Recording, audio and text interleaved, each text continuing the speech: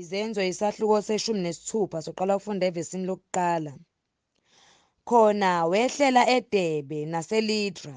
Bheka, kwakukhona lapho umfundi othile, nguTimothewu igama lakhe, indodana yowesifazane wakwaJuda okholiweyo, kepha uyise wayengumGreki, owayefakazelwe kahle ngabazalwane baseLidra nabase-Ikoniyu. Lo uPawulu wathanda ukuba ahambe naye, wamthatha wamsoka ngenxa yabaJuda ababekhona kulezo zindawo, ngokuba bonke babemazi ukuthi uyise wayengumGreki.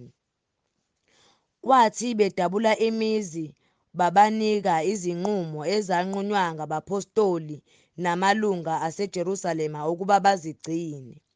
Njalo-ke amandla aqiniswa ekukholweni, anda ngobuningi imihla ngemihla. Base bedabula izwe laseFrigiya nelaseGalathiya, banqatshelwe nguMoya oNgcwele ukulikhuluma izwi e-Asiya. Sebefikile ngaseMisiya, balinga ukuya eBhithiniya, kepha uMoya kaJesu akabavumelanga. Badlula eMisiya behlela eTrowa. Kwabonakala kuPawulu umbona ebusuku. Indoda ethile yaseMakedoniya eyayimi imncenga yathi, "Welela eMakedoniya usisize." Lapho esewubonile umbono, safuna masinyane ukuya eMakedoniya, sathi uNkulunkulu usibizile ukuba sibashumayeze ivangeli.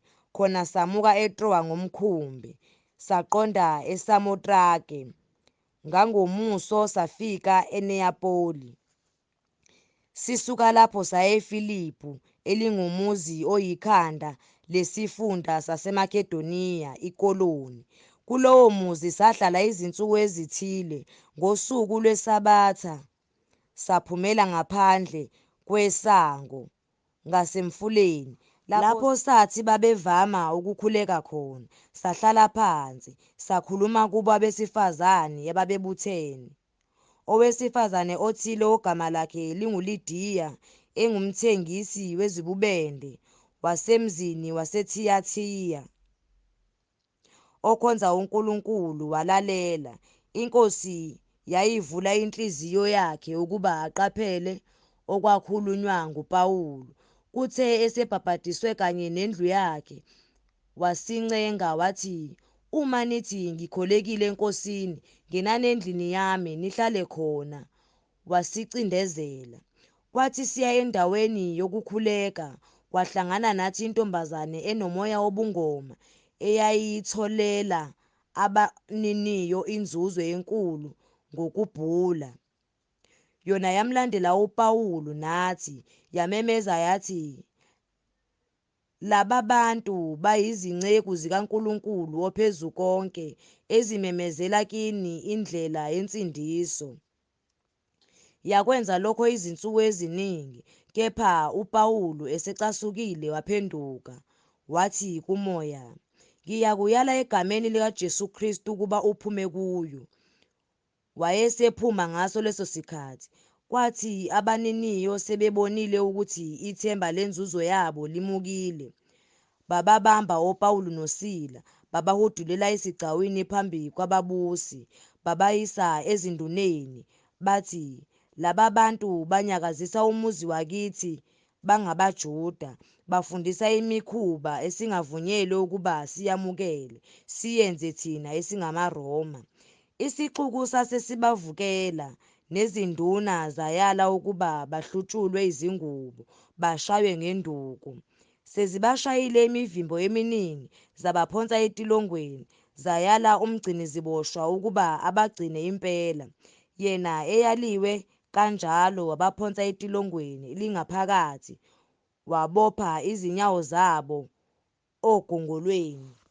Kepha phakathi nobusuku oPawulu noSila bekhuleka bemdumisa uNkulunkulu ngamahubo, iziboshwa zabezwa. Kwavela ngokuzuma ukuzamazama komhlaba okukhulu, kwaze kwazanyazaniswa izisekelo zetilongo. Kwavuleka khona lapho iminyango yonke, kwathukuluka nezibopho zabo bonke. Kwathi umgciniziboshwa ephaphama wabona iminyango yetilongo ivulekile. Wayesehosha inkemba efuna ukuzibulala ngokuba wathi iziboshwa ziphunyukile. Kepha uPawulu wamemeza ngezwi elikhulu wathi, "Ungazilimazi, ngokuba sikhona sonke." Wayesebiza izibani, wagijimela phakathi ethuthumela, wawa phansi phambi kukaPawulu noSila, wabakhiphela ngaphandle. Wathi, "Makhosi, ngimelwe ukwenzani ukuba ngisindiswe na?" Bona bathi, "Kholwa iNkosi uJesu, yikhona uzakusindiswa wena nendlu yakho." Base bemshumayeza izwi likaNkulunkulu yena nabo bonke ababesendlini yakhe. Wabathatha ngaso leso sikhathi sasebusuku, wabageza imivimbo, wababhaphathisa khona lapho, yena nabo bonke abakhe. Wabanyusela endlini, wababekela ukudla, wathokoza kanye nendlu yakhe yonke ngokukholwa nguNkulunkulu. Kepha sekusile, izinduna zazuma izikhonzi zathi bakhulule labo bantu. Umgciniziboshwa wabikela uPawulu lawo mazwi, wathi, "Izinduna zithumele ukuba nginikhulule, ngakho phumani manje nihambe ngokuthula." Kepha uPawulu wathi kuzo, "Basishayile phambi kwabantu singalahlwanga cala.